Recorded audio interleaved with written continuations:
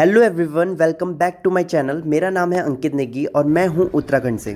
Today I am standing in one of the most sacred and legendary place in Indian history, Kurukshetra, Haryana.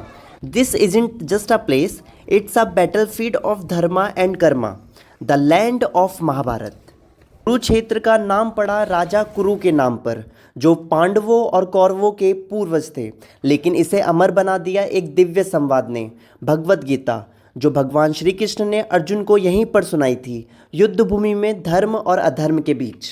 अभी मैं भ्रमण कर रहा हूँ ब्रह्म सरोवर। यह सिर्फ एक धार्मिक स्थल नहीं, एक ऐसी जगह है जहाँ आस्था, इतिहास और आत्मिक अनुभव एक साथ मिलते हैं। पौराणिक मान्यता है कि सृष्टि की शुरुआत से पहले भगवान ब्रह्मा ने यहीं यज्ञ किया था, इसलिए इस सरोवर को ब्रह्म सरोवर कहा गया है। यह सरोवर इतना विशाल है कि इसका व्यास करीब 1 किलोमीटर तक फैला हुआ है। भगवान शिव को समर्पित एक पवित्र मंदिर सरोवर के भीतर है, जो एक छोटे से पुल से सुलभ है, जिसे श्री सर्वेश्वर महादेव जी के मंदिर से भी जाना जाता है। इस सरोवर का उल्लेख महाभारत में भी है कि युद्ध के समापन के दिन दुर्योधन ने खुद को छिपाने के लिए इसका इस्तेमाल किया था। प्रत्येक वर्ष नवंबर के अंतिम सप्ताह और दिसंबर की शुरुआत में गीता जयंती समारोह के दौरान एक सांस लेने वाला दृश्य दिखाई देता है, जब पानी में तैरते दीपों का गहरा दान समारोह होता है और आरती होती है।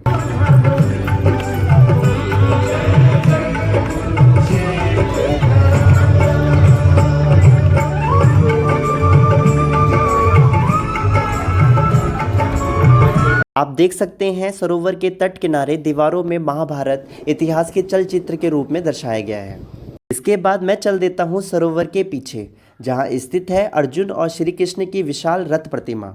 मैं आगे बढ़ता हूँ और ये जो नज़ारा देख रहे हैं, ये है कुरुक्षेत्र का गौरव, अर्जुन और भगवान श्री कृष्ण की भव्य रथ पर सवार प्रतिमा। ये नज़ारा सिर्फ एक मूर्ति नहीं, बल्कि पूरे महाभारत काल की एक जीवंत झलक है।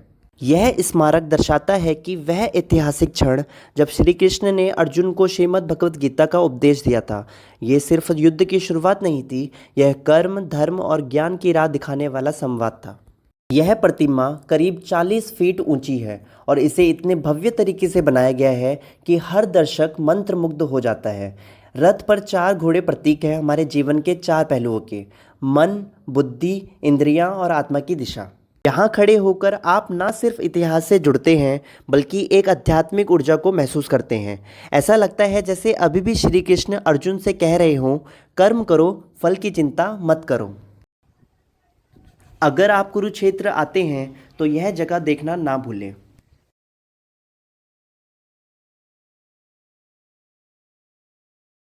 इसके बाद हम निकल जाते हैं ब्रेकफास्ट के लिए, जहां मेरी नज़र पड़ती है साउथ इंडियन फूड पर।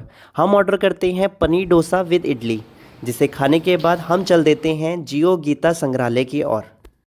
म्यूज़ियम के अंदर प्रवेश कर आप देखेंगे कि सामने महर्षि वेदव्यास जी का स्मारक देखने को मिलता है, और साथ ही गीता का अद्भुत संसार। हर दीवार, हर मूर्ति, हर चित्र आपको महाभारत के उस युद्ध क्षेत्र में ले जाता है जहां अर्जुन संशय में थे और भगवान श्री कृष्ण ने उन्हें धर्म का मार्ग सिखाया। और यहां आप साथ ही साथ गीता के श्लोकों को उनके अर्थ के साथ समझ सकते हैं।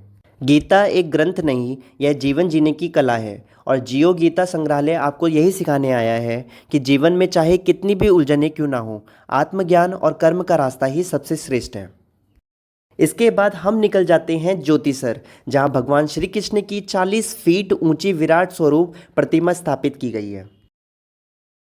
यहाँ पहुँचते ही मैं प्रवेश करता हूँ और आगे बढ़ता रहता हूँ, जहाँ मुझे शांति और अध्यात्म महसूस हो रहा है। सामने आप देख पा रहे होंगे एक बहुत बड़ा कुंड है और आसपास प्राचीन मंदिर स्थापित हैं।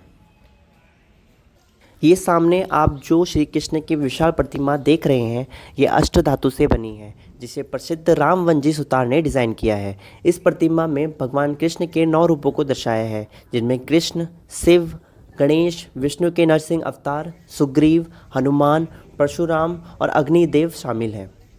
यह प्रतिमा लगभग 10 फीट ऊंचे चबूतरे पर स्थापित है और इसका वजन लगभग 35 टन है। भगवान श्री कृष्ण दर्शन के बाद हम चल देते हैं वापस घर के लिए। होप आपको ये कुरुक्षेत्र का ब्लॉग पसंद आया होगा। ऐसे ही रोमांचक और स्पिरिचुअल ब्लॉग के लिए हमारे साथ जुड़े रहिए। Thanks for watching.